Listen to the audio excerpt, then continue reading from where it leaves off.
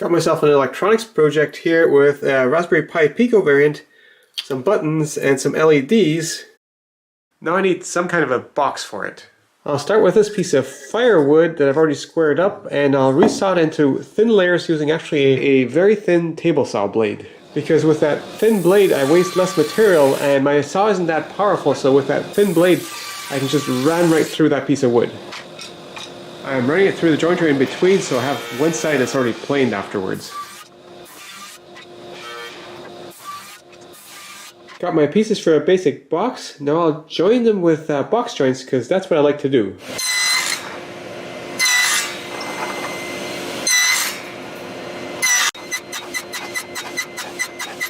And just a quick check to make sure those pieces mate successfully, and then I'm ready to cut the other end of those. Now these two pieces are a bit shorter, so I put these scraps there and this caul to clamp that in the jig.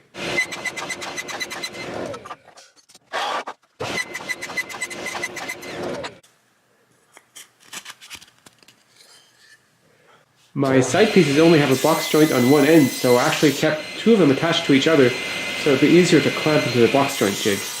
Now I can split them apart.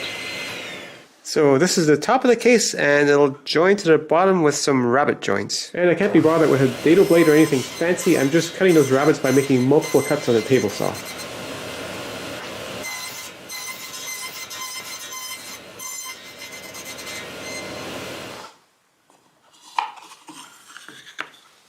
Now I want to mount a piece of plexiglass in the front, and that's just one saw curve thick. So I got to cut a groove along the inside edge, and fortunately this isn't glued yet. So I'm just going to fold that flat so I can cut it in one pass.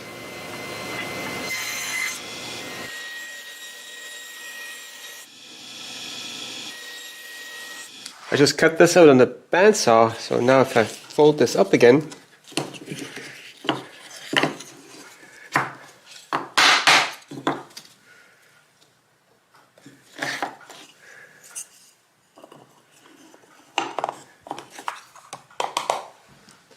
I used the same method to cut a slot for the back of the enclosure, and now the outside of the enclosure is done. Now I've got to figure out how to mount the electronics inside. Fortunately this PCB is completely flat on the bottom, so I made some brackets that I can screw it down by, and I made these in one piece, and now I just need to separate them.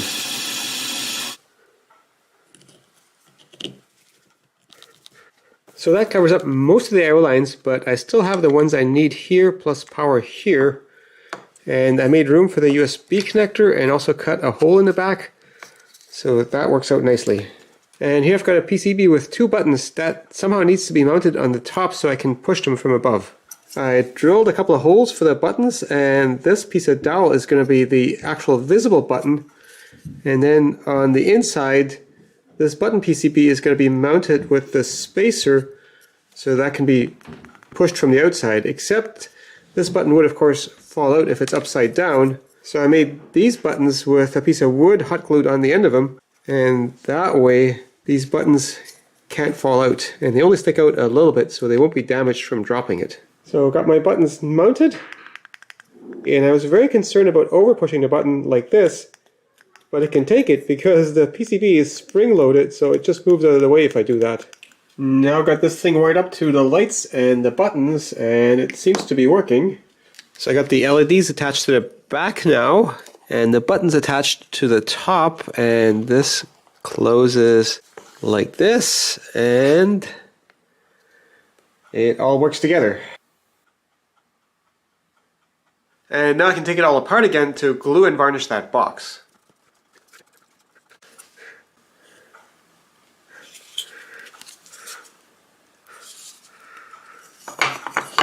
I'm temporarily using a clamp to fully seat that box joint. And my usual sawdust and glue trick to fill any gaps in the joint.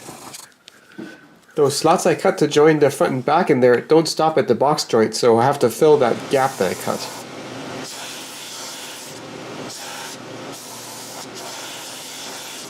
I like how a bit of glue and sanding hides so many imperfections. And now some holes to attach to the bottom with screws. and then widening that screw hole for the bottom part so that the thread doesn't engage it, and some countersinks. And now it's ready for the varnish. And I can't forget those buttons, because those will get touched the most. I found my circuit board would slide around a bit when forcing a connector in here, so I added 2 cut-off nails here and here to help locate that thing so it doesn't move.